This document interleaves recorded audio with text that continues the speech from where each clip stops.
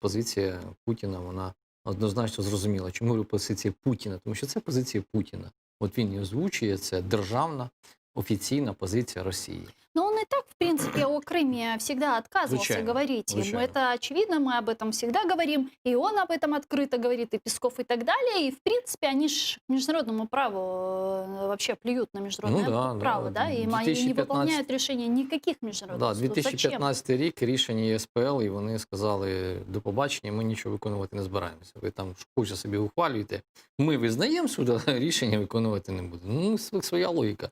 Вона на перший погляд нам може здаватися незрозумілою. Ну, як це так? Да? Міжнародний суд, а Росія не визнає. Ну, визнає вона. Ну, Північна Корея, ми вже не дивуємося. Мені в цій частині повна аналогія. Свої правила, своя гра. От з нашими моряками та сама історія була. Ми вважаємо їх порушниками кордону. Тому що це їх ми не вважаємо. Та плівати, не хотіли на все. Ну, на превеликий жаль, це такий є факт. Ну, они же еще этими поправками, получается, свой закон, свою конституцию ставят выше международного права и Так. делают ее Та приоритетнее. вона і раніше була. Так, а как должно реагировать международное сообщество на это? А як ви хочете, щоб вони відреагували? У мене риторичне запитання. Засудять. Кажуть, що це погано, що це ненормально. Ну, говоріть. Ну, ситуація парадоксальна. Росія не сповідує міжнародне право. Вона встановлює своє право.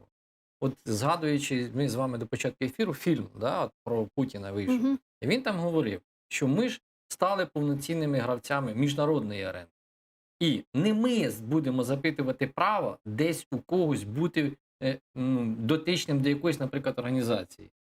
Ми будемо вирішувати, вступати туди чи ні. Розумієте? Тобто Путін сьогодні формує в своїй голові і разом з тим йому до певної міри дається в світі порядок денний. Це так і є. Тому він встановлює нове правило. Це я не говорю, це ненормально, звичайно, що він порушує будь-які міжнародні норми. Це призведе до чергових конфліктів, безумовно. Тому саме в цій частині треба говорити. Не Путін хороший, поганий, да? А що це дасть? Ну, що це спровокує? А це спровокує нові конфлікти.